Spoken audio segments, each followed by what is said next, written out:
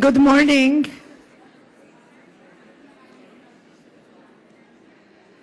Good morning. Good morning, guys. That's better. And there are no excuses. Usually when we are in Ottawa in board meetings, and people come, of course, from Vancouver and all over the Western provinces, by the time we start, it's 5 in the morning for them, 6 in the morning, whatever. But none of us have an excuse. This is, as Vicky Kaminsky says, she's staying in Newfoundland time. Please bring her lunch. Good morning. I'm Judith Chamian, and I am your very proud president for another few hours. Good morning, Rochelle. Good morning, Judith. And I am so impressed how CNA meetings makes you tall. Yeah, but we are all overnight. tall. It's always overnight, some magic happens. I hope you all had an amazing day yesterday. We had a very productive AGM.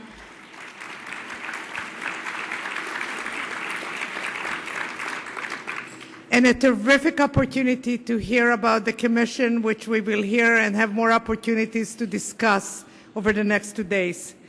For those of you that weren't able to attend yesterday, in the end of the day, I want to share with you that we have a proud incoming President-elect, Karima Valji. Karima?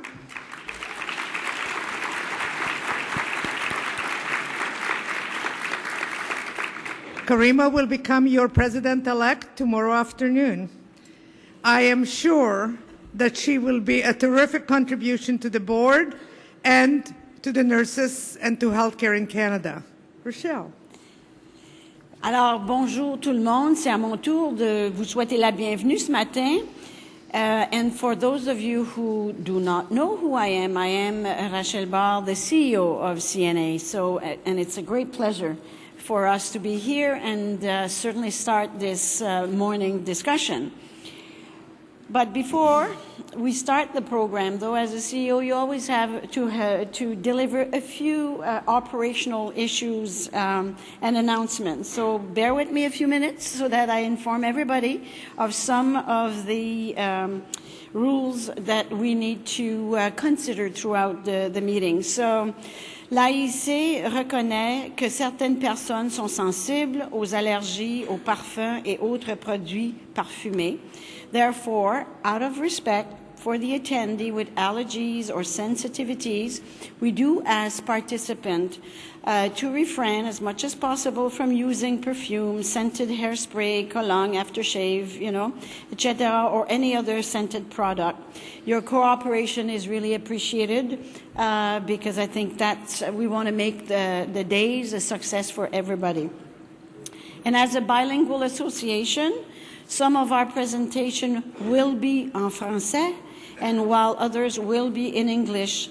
Therefore, there is simultaneous interpretation that is being provided, and we do encourage you to make sure that you do have your audio receiver so that you can participate and appreciate all of the sessions. And also, I'm told to remind everybody to make sure that you do return your transmitter at the end of the day at the booth of the Telav Audiovisual Solution, which has a table outside the meeting room. The name badge are your access to all sessions.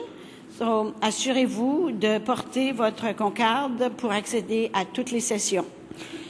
Please note as well that if you are attending this evening award gala banquet, your banquet ticket will be required at the door. So make sure you put it, like somebody made a trick for me, they put it all in the back of my badge. So if you have it with you, that will be great.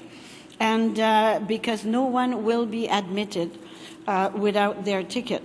We also encourage everyone to take a few moments and pre-select where you want to sit at the gala. All you need to do is really go to the table that is beside the registration desk and see the table setting and then choose where you want to sit, because this way you can network and certainly make sure that you have a reserved seat.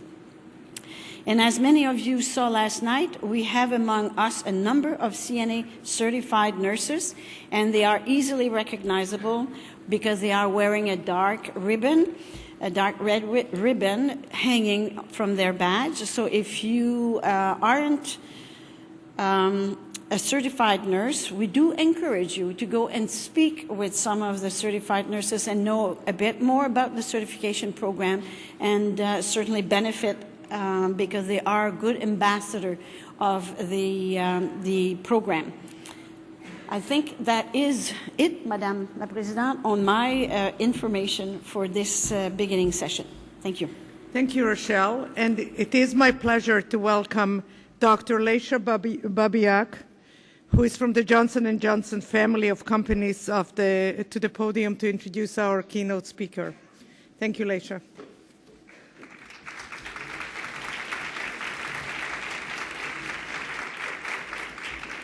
Thank you again for that. Good morning, everybody. Johnson & Johnson family of companies is delighted to once again partner with the Canadian Nurses Association to bring you what looks like a terrific convention program. J&J, as many of you may know, has a long history of working with and supporting nurses in their work and professional development. And that's both north of the 49th and also south of the 49th. There's a lot of work that J&J has done with nurses historically. In terms of the J&J family of companies, there's 6 companies in Canada, and again, you may know them well. The pharmaceutical division, Janssen, Johnson & Johnson Medical Devices, LifeScan, which is a diabetes franchise, Orthoclinical Diagnostics, Vision Care, and I think I'm forgetting one, but they're not here. They are our Consumer McNeil folks, which were present in the exhibit hall, and delighted to have them partnering with us here today. LifeScan, the diabetes franchise, is dedicated to the professional development of nurses in diabetes care and enhancing the patient-nurse interaction to achieve better health outcomes. So delighted to be here today. To begin the program today, I have the distinct pleasure of introducing our opening keynote speaker, Gina Browne. Gina is the founder and director of the Health and Social Service Utilization Research Unit. She is a professor in the School of Nursing and the Department of Clinical Epidemiology and Biostatistics in the Faculty of Health Sciences at McMaster University. In 2009, she led a Ministry of Health and Long-Term Care funded Applied Health Research Network program in innovative and integrated systems of prevention and care. As a family therapist in primary care, Gina has first-hand knowledge of the many challenges faced by the most vulnerable citizens and their families. Please join me in welcoming Gina Browne.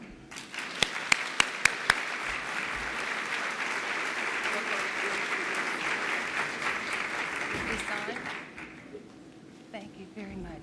Very kind. Thank you. Did you turn this on? I want you to know I still use Johnson & Johnson baby powder. It just smells so good. You all, well, first I have to get rid of this problem that I have speaking. I've been in Canada for 42 years, and I was telling Frank yesterday that I now speak in full sentences. I used to just say, uh-huh. Why not? There's Ermagine. Hi.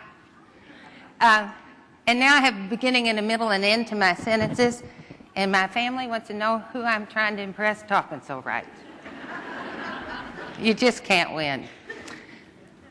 I am not going to inform you of anything.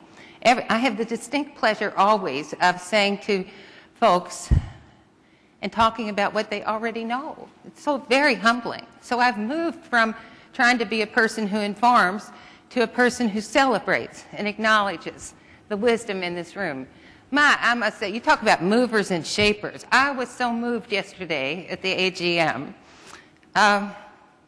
You didn't hear any nurses talking about their salary. You didn't hear any nurses talking about their hours of work. You heard nurses move, resolution and motion over and over again for caring about our most vulnerable citizens, caring about the persons, the Aboriginal persons, the homeless youth, the refugees. I was so inspired, and never in my whole life have I been so proud to be a nurse.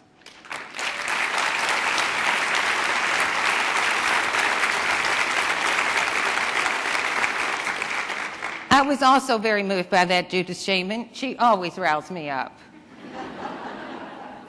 And then the expert commission, Maureen and Marlene, well, they just rocked us with their paper. And there's Michael. He's always outstanding and stimulating. But what you've done, you've moved each other. You've stirred an emotion. You've stirred sympathies and passions for the vulnerable people in this world. And never give up. Never try. Never, ever give up your care for them. You've shaped, molded, arranged, expressed. You've adapted. You've directed. You've shaped so many things. And you're going to continue to shape it. I was, as I said, first spoke to the CNA 40 years ago, and my, how things have changed. In those days, I don't know if you remember, Judith, but we tried to show how much we knew. And there would be learned societies things, and everybody would chop up everybody else's research, trying to show how smart they were. You remember that, Irma Jean? Huh? And I would go, my, what has life come to? I also not only am going to acknowledge you, but since I don't have anything to say that informs you, I thought I'd do a few jokes. We got to transform healthcare. That's what we mean by shape, okay? And trans means we got to move it. And I'm going to focus on the priority, effective and sustainable methods of preventing and managing multi-morbidity chronic diseases. I was saying this in the 1970s, but I guess I didn't talk right because nobody would listen. That it is not the physical disease that drives health utilization. It is the comorbid, emotional, and social circumstance. I have many examples. We studied 13 outpatient clinics at McMaster and screened them to see if they were users were poorly adjusted to their illness. And we found that if they were poorly adjusted to their illness and had emotional problems, that's who used the service so much. Okay? They could have cardiac disease on the floor. They could have the most unstable angina, and that wouldn't be who used the service. It was the comorbid mental and social situation. So how are we going to transform? So since I didn't have anything to tell you that was new, I thought I would focus on thinking.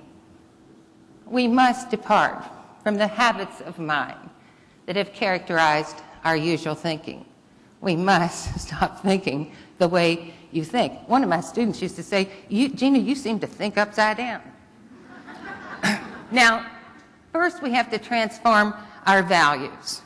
Okay? There's hidden assumptions about things. Judith, the CMA and the CNA agree that we want to work on health, but I think what they mean by health is entirely different than what we mean. In an illness model, we think that the health is within the individual, it's within the environment, it's a state in itself, an end, a purpose. No. We know in the CNA that it is an interaction between individuals and the environment. You know, people with disabled people, in Kentucky we can call them crippled, but they are healthy. They are healthy because they have the capacity to respond.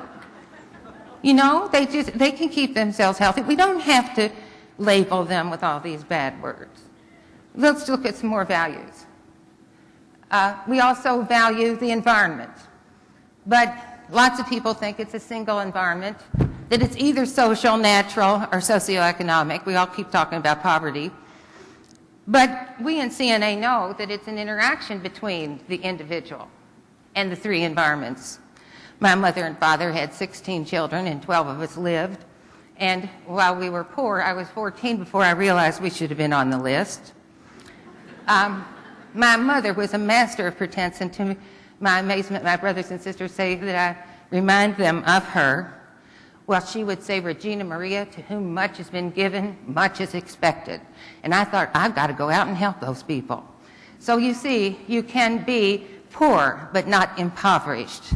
And we must always remember that it is not poverty per se, but it's the impoverishment of spirit, the impoverishment of culture.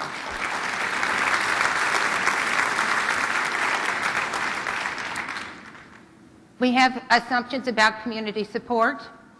We think community support is health care, single solutions, single services. But a determinants of health approach, and it was being alluded to yesterday, would understand it's a health promotion network of human assets, it's resources, it's a holistic service, it's a whole community we develop.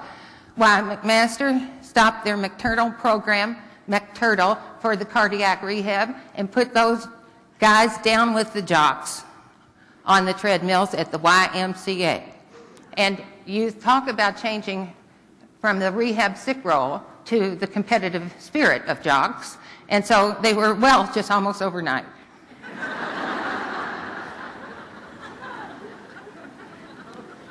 I can't make that go. We have transformed our knowledge. We think health care is not health care, it is illness care. We've got to get it right. It's assured, acute, episodic illness care. But one word that I haven't heard this time is that it's on demand. So in the 70s, I was in this primary care office, and I noticed people would call up and come in, and we'd respond. They'd come in, and we'd respond. Come in, and we'd respond. See, on demand. And I thought, who is leading this ship? You know? And I thought at that time, well, I'm going to call them before they call me to contain their utilization. I mean, life is really more simple than we make it. Very much more simple. It's proactive. That's what we mean, proactive. It's responsive.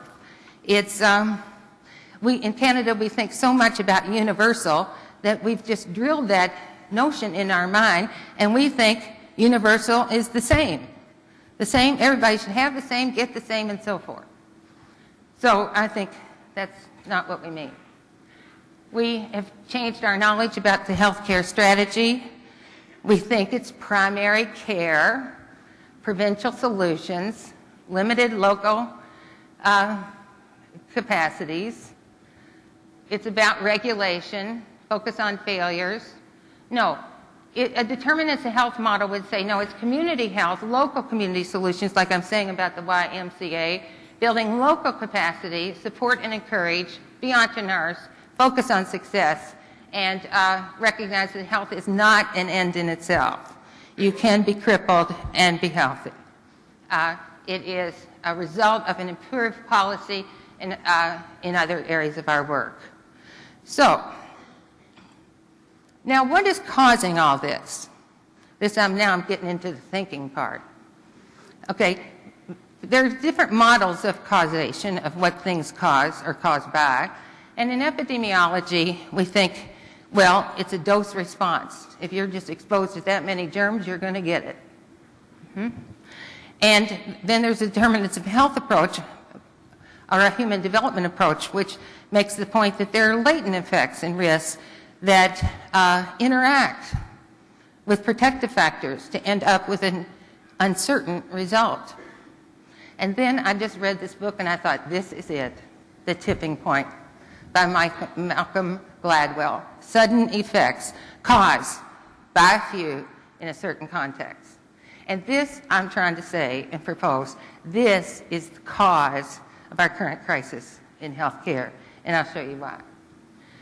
In the illness model of causation, you see you have to have something consistently associated with a specific outcome, and it's strong, and it's coherent, and it makes sense. And by the way, it's temporal, meaning that should happen before that. Okay.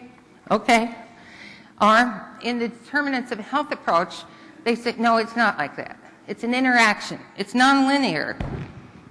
It's self-amplifying. It's multiple outcomes are caused by one thing, poverty. And multiple things cause one outcome. Principles of multifinality and equifinality I tried not to use big words, so that's why they're not on there. And it depends on the meaning we give events. Now, in the transformed model, it's a universal stimulus caused by a few, occurring suddenly in a specific context. And Malcolm talks about the 1995 syphilis epidemic. Then those people who run healthcare thought, we'll have to cut the personnel in the syphilis clinic. So we cut the personnel in the syphilis clinic by half. Then the syphilis became chronic and not acute. Then it was harder to treat. Well, they thought they were saving money. But will anybody listen to a nurse? Let me show you how that happened. We have wicked problems that we've got to discuss. Wicked questions are used to expose assumptions that we have about an issue or situation about members of a group. It helps us make the undiscussable discussable. And I do have the reputation for saying the unmentionable things. And I'll do that. It's wicked because it's embedded in a paradox. It causes a tension in the question. And it doesn't have an obvious answer. Like, listen to the question, how to control healthcare costs and make the healthcare system sustainable. So in all these reports, I keep hearing these big, broad generalizations, and I'm a practitioner. I'm on the ground. I'm just trying to know what to do tomorrow. So let's go back over this. In the Ontario population, and Marlene and Maureen referred to this report, we have 13 million people, over a third of the whole Canadian population. So I'm sorry to be using Ontario statistics, but I have some from Winnipeg too. 1% of this population, that's 130,000 people, only 130,000 people use 50% of our services, hospital services. They say hospital and home care, but we know we've gutted home care, so it's hospital. Don't try to act like they're equal. And 5% of the population in the same report use 84% of hospital services. Hello, we are talking about such a few people that are causing such a big effect. That's what I'm trying to say. Let's look at Winnipeg's emergency department use. Their question when I went to this conference was, how can we keep them out when they're trying to get in? And I went, holy. A nurse would wonder, well, who are they and what do they need? It's just unbelievable. And we are so spinned to, I'm watching that time, we keep thinking it's the baby boomers. That's me. Oh, those baby boomers, and they're going to crush us. And those old people, that's you all too. They're going to cripple us, okay? And those immigrants and refugees, they're just using too much. And we have these spins on things, and we think it's chronic disease. There's a lot of people with chronic disease that don't use health services. A lot, 40% of people middle age. And with respect to this particular data set, most of the people were between 25 and 64. So rah-rah for the 65-year-olds. We're looking at people that in Winnipeg that use things less frequently, 103,000, frequently, 1 to 17, and I went, Mr. DuPay, Dr. DuPay, like, that's really a lot. Like, that's more than once a month, you know. But anyway, we have some of those. See how it gets fewer and fewer? And then there are people in Winnipeg that use it very often, 18 or more times. Now, the reason the existing primary care model is not working, look at this. Before they got there, they saw a primary care person 7 times. They saw primary care physicians 3 times before they got there. This is wrong. They saw specialist physicians more than 3 times. And see the gradient there? The more they were a high user, the more they used all that. Then they were high hospital admissions. They had been emergency room users the previous times. And they had called health links. And it makes me wonder, well, what was happening on that call? You know, did they just talk about their lightheadedness, or did they talk about their whole social circumstance? And so somehow what we're doing with what we have doing, we're not getting to it, I don't think. So what did they come in with? Well, look at this. They came in with, well, let's just see. The very frequent word, the lowest income. We knew that. We could predict that. But look, they come in. Now, let's take the frequent and the very frequent and call them frequent, okay? And you see, they have arthritis, they have asthma. But look down there at heart disease. It starts to wind down. Ischemic stroke starts to go down. But why are people saying it's chronic disease? Well, if it's not that, then Gina, what is it? Well, look at the degree of comorbid mental illness, the degree of anxiety. I've always thought anxiety drives health utilization. Health utilization is not health utilization, healthcare utilization. It is help-seeking behavior. Okay, look how many are depressed. The persons with dementia. I don't know how they got there, but they were dropped off. People with personality disorder, schizophrenia, substance abuse.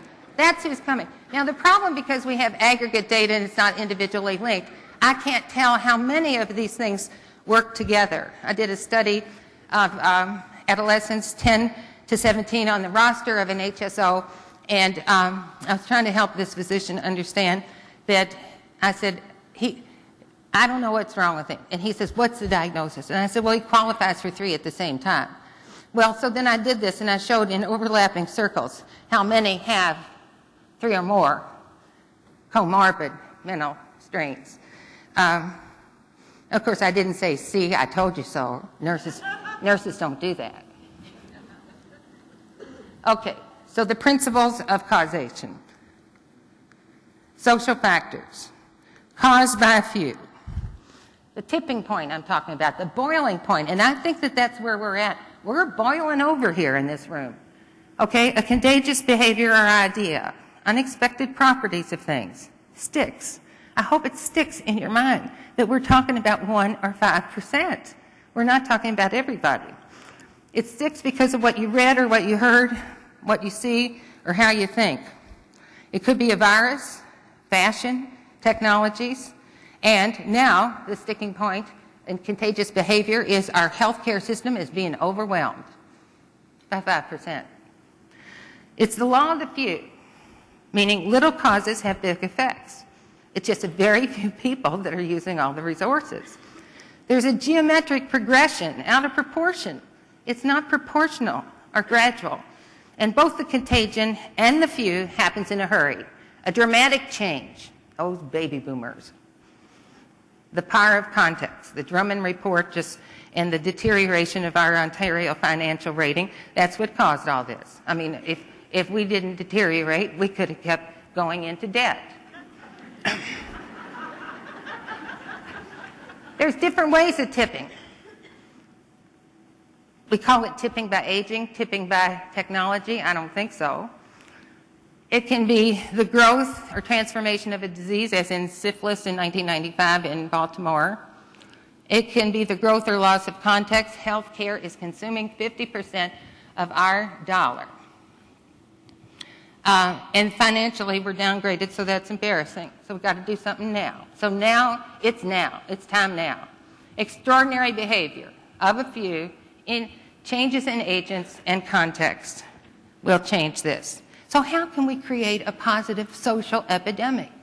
You nurses, we nurses. Like the Arab Spring, look at this. Contagious message of social justice. You all have a lot of those too. It sticks. And the man then set himself on fire. And the youths were upset about all this anyhow, and they rebelled. And then it spread all over as a contagion throughout the Arab world.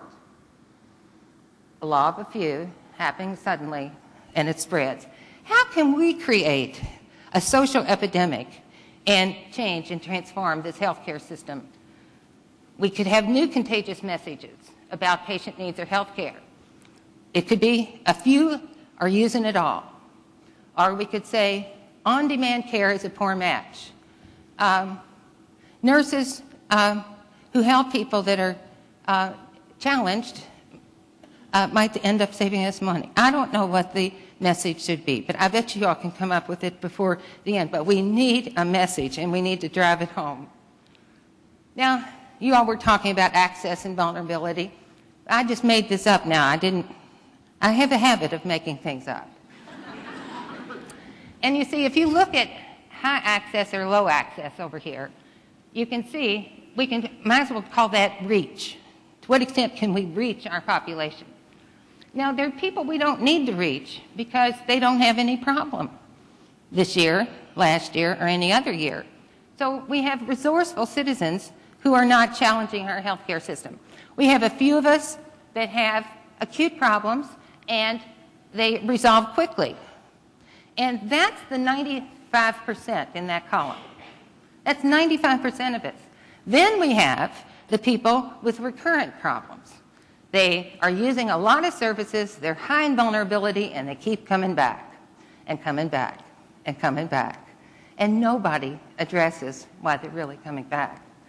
And then we have our street youth and others, homeless, that I would call a more resistant or unreached population, and that column adds up to be 5%. So you see, doctors, you can take care in your model of care, the 95%, because we nurses just want to look after that 5% anyhow.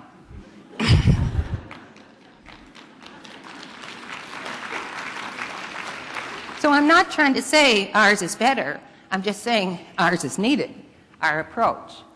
Okay? Let's look at the comparative effects and costs of models of care for chronic disease. Maureen and Marlene referred to this yesterday, but I'll just summarize this report in one picture. You couldn't do what's called a meta-analysis of this work because these studies were studies that simultaneously looked at the effect and resource use of different models of nursing care. And every one of them that met high criteria, 16 out of 21 standards for good research, shows one of these four circled things. The model of care was either more effective and no more expensive. It was either more effective and less expensive, or less costly, my economist wants me to say. Or it could have been the same. Sue Koch has one of these studies herself. The same outcomes are produced, but one is much less expensive. And then in the middle, equally effective and equally costly. And as it happens, when in analyzing this, if a nurse functions just like a physician, as a physician replacement model, then she's just as effective and just as expensive. Hello? And that's why we don't want physicians to hire nurse practitioners and regulate them, because nurses don't want to function like them. We're talking about nursing clinics and nurse practitioners and expanded roles, but please don't give the money for this to physicians. To hire nurses, it was in the Financial Post that the family health teams in Ontario are not able to find nurses to fill some of those positions. And at the end of the year, they gave each of the docs a bonus. It's in the Financial Post last weekend. I went, just what you'd expect. So it's when nurses supplement and do things that are not being done for the patient that they produce more effects or the same effects, but all at no more cost. Rocket science, huh? Like one cardiac surgeon came in, I think I gotta quit soon, but anyway, the promising model of care would be that it would be professionally led. And these people, now, you know, it's important not to threaten physicians, our sisters and brothers. I always say to them, honey, you don't want to look after these people. You've seen them a lot. You know everything about them medically, and they bore you, and you're tired of them. Let me look after them for you. And they say, okay. Okay? We need to target, we talk about universal, but we have to target this 1 or 5%. Each of you go home and you say, we got to free up this money before we can spend it on determinants of health. We've got to free it up this year. And I'm saying, those of you in primary care, in clinics, in hospitals, running hospitals, get in the emergency room. They won't let the nurses do anything anyway in those emergency rooms until the doctor says it's okay. So she could just be following the high users home and then working with home care.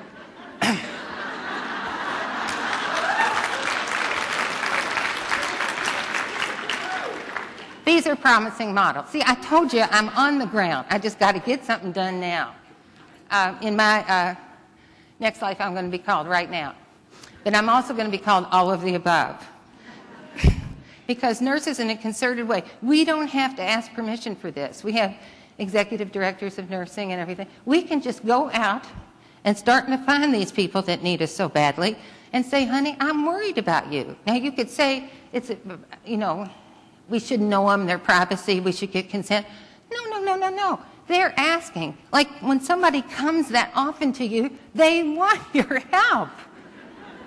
Okay?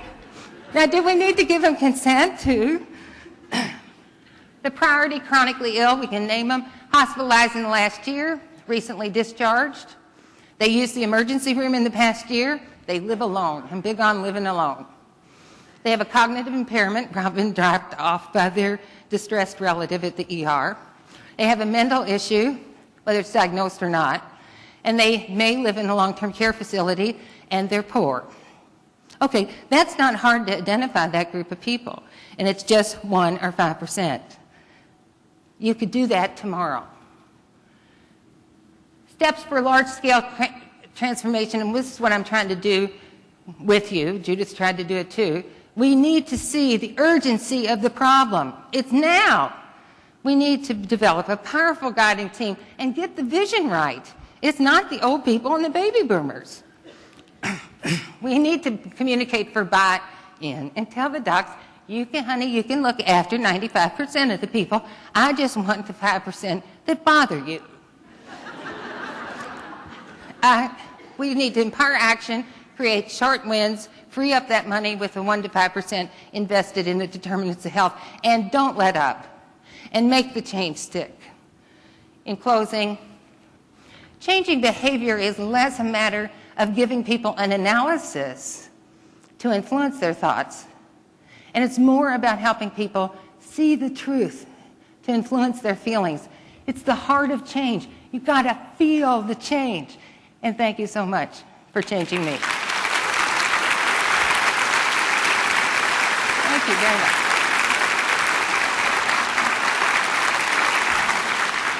Don't go anywhere. Stay here. You want me to stay here? Yes.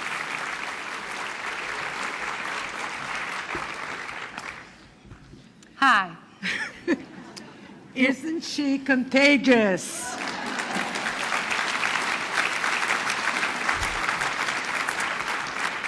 I'll go now. No, you stay.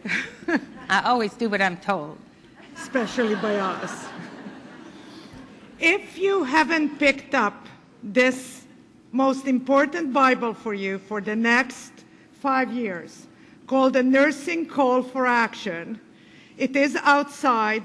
Please pick it up, because this is fully informed by the work that Gina and others have done. And while I am saying that, I would ask our commissioners who produced this amazing report to stand up and be acknowledged.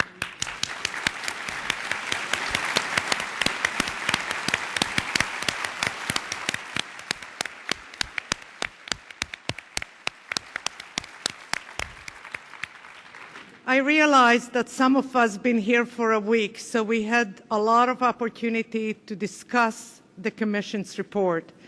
But many of you, this is your first day here, so please make sure that you spend as much time as possible to be informed of what the Commission has done. And one of the 3 amazing reports that we have commissioned came from Gina. And if you are looking to figure out how can you be a mover and a shaper, because that's your job here, to start that list, in addition to looking at the hard copy of the report, get on the website, because the website takes you to the links of all the data Our biggest problem often is that we get all excited about the ideas, but then when it comes to walk into a boardroom or other setting, city hall or down on the street, we kind of think, what did she say? She was really funny. She was insightful. She was terrific. But I can do what she does. This is Gina. How can I be Gina? The data is there. So please mark it up and make sure you use it, because what she has done in her career and what she has contributed to the Commission is really the oxygen we need to move forward and shape this healthcare system. Thank you, Gina. You are the best. You are the best. Thank you, Judith.